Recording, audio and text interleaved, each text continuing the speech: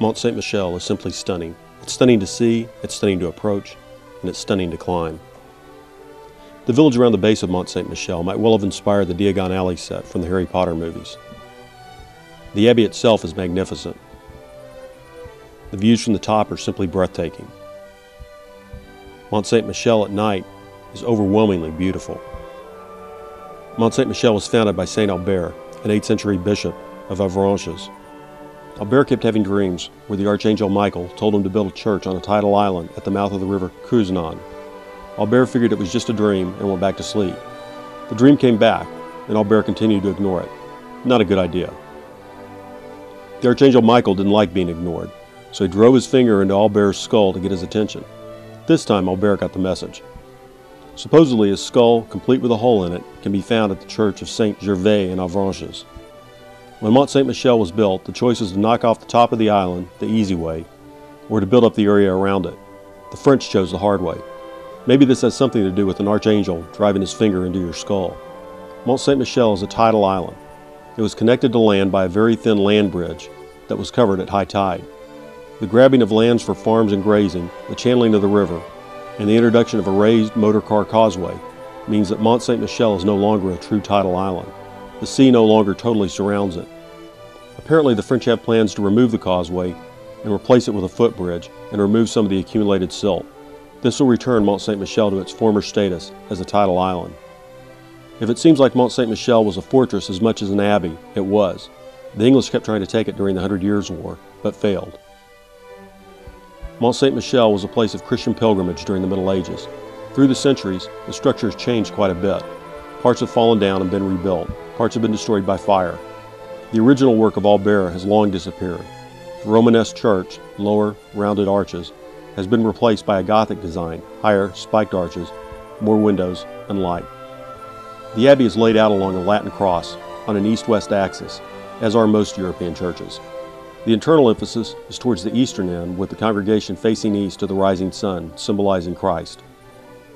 Following the French Revolution, Mont St Michel served as a prison.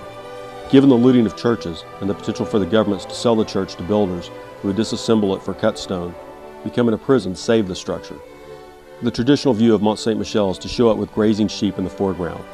Because the sheep are grazing on salty grass, the area's lamb is supposed to have a special, unique flavor. I couldn't really tell much difference. Here's Mackenzie, Pam, and Madison at the base of Mont St Michel.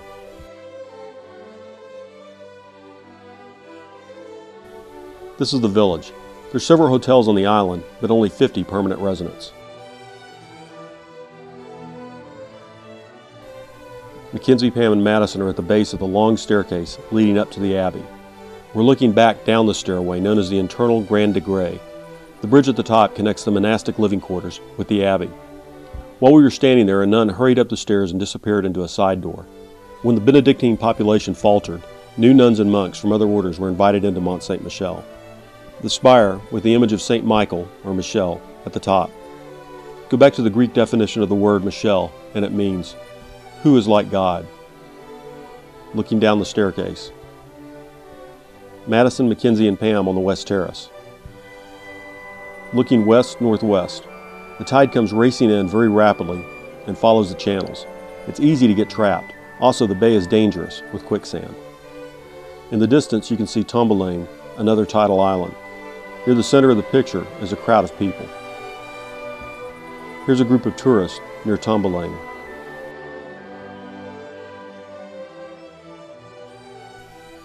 This is the apse, the easternmost end of the church. Looking towards the front door.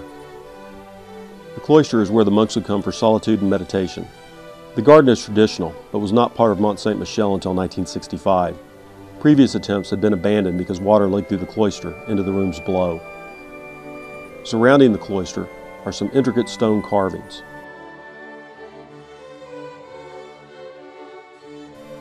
The monks would eat in the refectory while one of their brothers read the Bible. The purpose of the Bible reading was in part to take their minds off the food. They weren't supposed to take pleasure from eating. The cloister viewed from the refectory. The monks would receive important visitors in the guest hall. It's located below the refectory. The crypt of the big pillars is located beneath the choir. The pillars were rebuilt and fortified when the choir area collapsed. The crypt is one of the crossroads of the church. One door leads to the St. Martin Chapel. Stairs climb to the church choir. Another door leads to the bridge over the interior Grand de Grès stairs, connecting to the residences of the abbey. This well was added during the abbey's time as a prison. Prisoners would walk the wheel, man as gerbil, to bring food into the abbey. Remember, it's a long climb from the bottom to the top of Mont St Michel.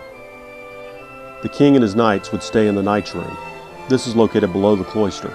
On the level below the knight's room is an area where servants would eat.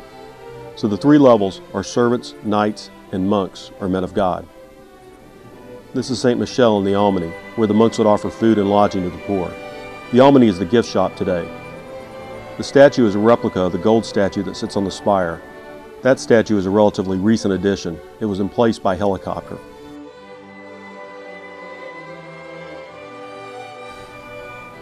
Three windows at the top mark the cloister. Below that, the knight's room, and then the exit is the storeroom.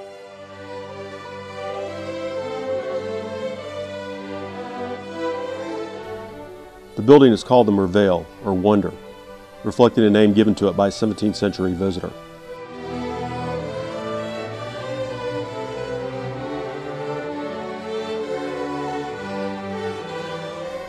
This is considered one of the most beautiful walls ever built.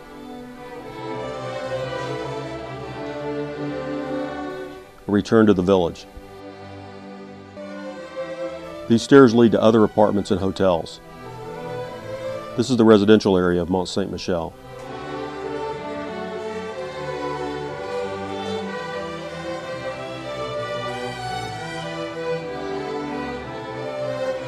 This is the main gate.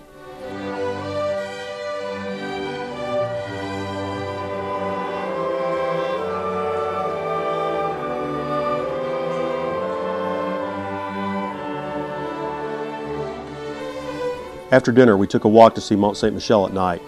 Pam was walking west of the causeway, looking over the salt flats.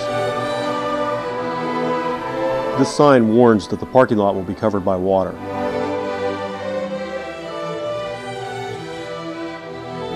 The following morning, I got up early to try and get the proverbial sheep picture. The sheep weren't out yet, but the fog was.